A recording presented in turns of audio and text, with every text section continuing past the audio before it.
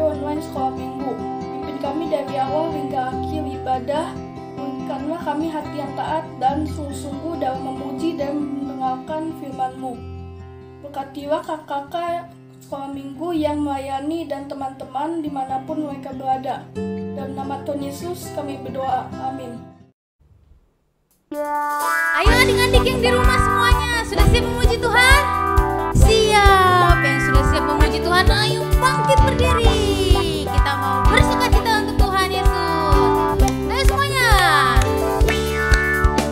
Tuhan Allah di tengah kita, besar, besar. Dia senangkan dan menyenangkan dengan sukacita.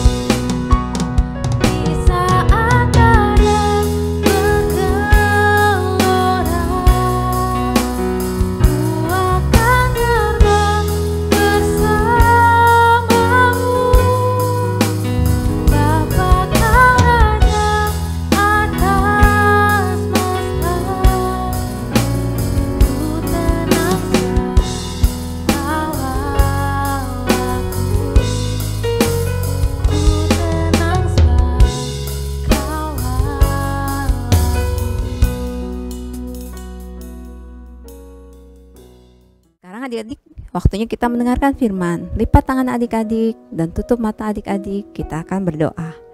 Tuhan Yesus, terima kasih untuk kesempatan pada pagi hari ini. Kami mau dengar firman-Mu. Tuhan Yesus, tolong pimpin kami dan bimbing kami saat kami mendengarkan perintah-Mu. Dalam nama Tuhan Yesus Kristus, kami berdoa dan mengucap syukur. Haleluya. Amin. Oke adik-adik, sekarang waktunya Firman sama Karika. Wah, udah gak sabaran kan? Nah, sekarang Karika mau kasih tahu firman minggu ini sangat menarik loh, tentang buah. Hah? Buah apa Karika? Tunggu dulu. Sebelum kita dengar buah, kita akan lihat dulu super kebenaran kita hari ini. Apa ya? Super kebenaran kita adalah aku bertumbuh dan menghasilkan buah karena firman-Nya. Ya, sekali lagi ya, ikutin Karika ya. Aku bertumbuh dan menghasilkan buah karena firman-Nya. Wah, menghasilkan buah. Apakah adik-adik bisa menghasilkan buah? Apakah Karika bisa menghasilkan buah? Pasti bisa. Semua bisa menghasilkan buah tiap-tiap dari kita.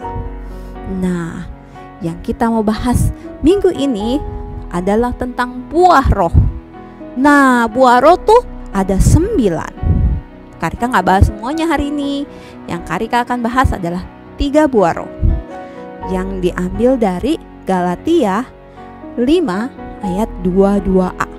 Bunyinya, tetapi buah roh ialah kasih, sukacita, dan damai sejahtera. Itu yang akan kita bahas minggu ini. Nah, itu firman Tuhan adik-adik. Jadi kan minggu-minggu sebelumnya nih kita sudah bahas tentang kuasa Tuhan. Nah, kuasa Tuhan itu bukan hanya memberi kuasa untuk kita menyembuhkan keluarga atau teman-teman yang sakit, atau kuasa untuk menghibur teman atau siapapun yang lagi kesulitan. Tetapi kuasa juga memberi kita kemenangan akan keinginan-keinginan yang ada dalam diri kita yang Tuhan tidak sukai. Wah, keinginan apa yang Tuhan tidak sukai? Banyak. Seperti apa? Satu ya, contohnya ya, malas. Ayo, siapa yang malas kerjain PR? Siapa yang malas gosok gigi? Tuh siapa yang malas mandi? Gak boleh ya. Kita gak boleh bermalas-malasan. Lalu yang kedua nih, sifat yang Tuhan tidak sukai atau keinginan dari dalam diri kita yang Tuhan tidak sukai. Apa itu? Yaitu marah-marah. Siapa yang suka marah-marah? Pasti banyak nih. Bener? Oh, gak ada. Iya, adik-adik sudah belajar gak mau marah-marah lagi. Pasti sudah gak ada yang suka marah-marah ya. Gak bagus itu marah-marah. Oke, jangan dilakukan lagi ya. Nah, berikutnya tentang apa hal yang Tuhan tidak sukai? Berkata bohong. Iya, Tuhan paling gak suka siapa yang berkata bohong. Adik-adik Kak Karika pasti tahu, adik-adik semua jujur anaknya, pasti berani mengatakan yang sebenarnya. Jadi berkata bohong itu Tuhan tidak suka. Nah, yang berikutnya apa? Mencuri. Mengambil barang orang lain tanpa seizin orangnya, itu mencuri. Wah, itu gak bagus, karena kita mengambil kepunyaan orang lain. Tuhan tidak ingin kita mempunyai keinginan seperti itu ataupun melakukan hal itu. Ya adik-adik, jangan dilakukan. Oke? Nah, berikutnya apa lagi? Mau menang sendiri. Wah, kayak gimana itu contohnya Karika mau menang sendiri? Nah, seperti ini nih, waktu itu ada yang cerita ke Karika, dia punya adik nih. Kakaknya ini punya mainan. Nah, adiknya ini juga ada mainan. Nah, Terus kakaknya ini mau ambil mainan adiknya. Wah, padahal dua-duanya sama-sama sudah punya mainan ya, tetapi sang kakak masih mau mengambil mainan si adik. Boleh gak? Tidak boleh, kita harus saling berbagi. Kita tidak boleh menang sendiri. Oke? Nah, apalagi kayaknya banyak yang Tuhan tidak mau kita lakukan. Ya, karena itu tidak baik. Oke? Nah, berikutnya adik-adik, Kakak Rika mau memberikan sesuatu yang melawan semuanya itu. Wah, iya, ada satu hal. Kalau Tuhan ada di dalam diri kita, pasti kita tidak akan melakukan hal seperti itu. Pasti Tuhan akan memberitahukan kita, itu tidak baik, gak boleh dilakukan. Nah, kalau kita menuruti perintah Tuhan, kita menuruti firman Tuhan, kita akan bertumbuh. Kita akan menghasilkan buah. Wah, buah apel ya Kak Rika? Wah, buah pisang. Wah, bukan. Bukan buah apel, bukan buah pisang. Namanya buah roh. Oh, buah roh. Kayak gimana bentuknya Kak Rika? Apakah kayak apel? Apakah kayak pisang? Buah roh itu ada di dalam diri kita. Nah, kalau apel kan kita bisa ambil nih, kayak ini nih, apel ini nih. Kita bisa ambil, kita bisa makan. Terus kita kenyang deh. Nah, buahnya rasanya apa? Manis, garing, harum. Ya. Terus kalau buah pisang, ya kita makan. Ya, pasti manis juga rasanya ya. Nah, tapi kalau buah roh, petiknya di mana? Buah roh itu ada dalam diri kita. Jadi, kalau kita ingin mengambilnya, kita harus mengeluarkannya dalam bentuk apa? Bukan dalam bentuk buah, tapi dalam bentuk perbuatan. Yang seperti Kak Rika bilang, buah roh yang hari ini kita bahas adalah kasih, sukacita, dan damai sejahtera. Oleh karena itu adik-adik, Tuhan memberi kita Roh Kudus di dalam hati kita, supaya hidup kita akan menghasilkan buah roh. Nah, dari pendengaran firman yang Tuhan berikan. Nah, buah roh yang pertama adalah kasih. Apa itu kasih ya? Nah, kasih itu adalah tindakan yang tulus dan enggak mementingkan diri sendiri, tetapi mementingkan orang lain. Dengan buah roh ini kita bisa mengasihi papa mama, adik kakak, teman-teman, bahkan orang yang benci sama kita. Kita juga bisa mengasihi karena kita punya buah roh kasih. Nah, yang kedua apa nih adik-adik? Yang kedua adalah sukacita. Wah, siapa di sini yang selalu sukacita? Iya, sukacita itu adalah senang dan bahagia di segala keadaan yang kita alami saat ini. Walaupun kita sedih, walaupun kita marah, walaupun kita takut, sukacita itu harus tetap ada dalam diri kita. Dan kita tetap bahagia, bisa tetap gembira karena kuasa Tuhan yang telah Dia berikan kepada kita. Jadi senantiasa dalam segala keadaan apapun kita terus mengucap syukur karena kuasa Tuhan yang telah Dia berikan kepada kita. Jadi dalam keadaan apapun kita tetap bersyukur ya adik-adik. Oke, sekarang yang ketiga adalah damai sejahtera. Oh, damai sejahtera itu apa, Karika? Jadi damai sejahtera itu aman, perasaan tentram, perasaan tenang, gak ada rasa permusuhan, dan selalu rukun terhadap siapapun. Jadi kuasa ini Tuhan berikan supaya kita tetap tenang, damai sejahtera dalam segala keadaan. Ya, walaupun nih kayak sekarang nih kita lagi pandemi, lagi kena ada corona, tetapi apakah kita perlu panik? Apakah kita perlu takut? Tidak, kita perlu berserah kepada Tuhan, maka kita akan merasakan damai sejahtera. Ya adik-adik.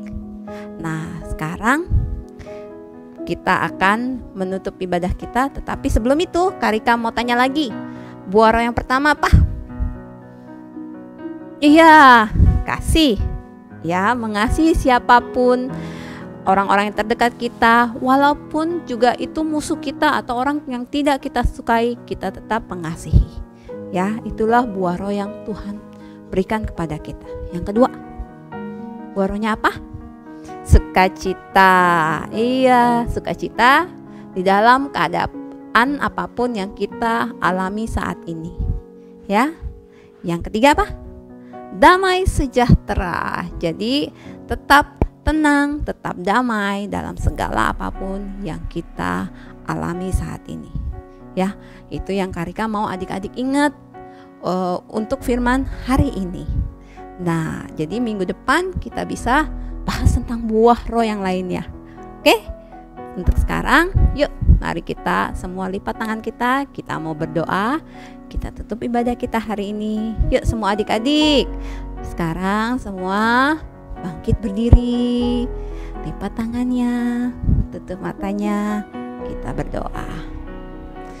Tuhan Yesus, terima kasih untuk berkat kasih-Mu. Kami mau menghasilkan buah-buah roh yang bisa dinikmati oleh orang-orang di sekitar kami. Tuhan Yesus, walaupun kami kecil, kami belum mengerti, tetapi kami mau ya Bapa memberikan yang terbaik, karena firman-Mu menguatkan kami dan memberikan kami kasih, damai, dan sukacita. Tuhan Yesus, terima kasih untuk firman-Mu hari ini, dan kami bersyukur atas berkat-Mu. Dalam nama Tuhan Yesus kami berdoa dan kami mengucap syukur. Haleluya. Amin.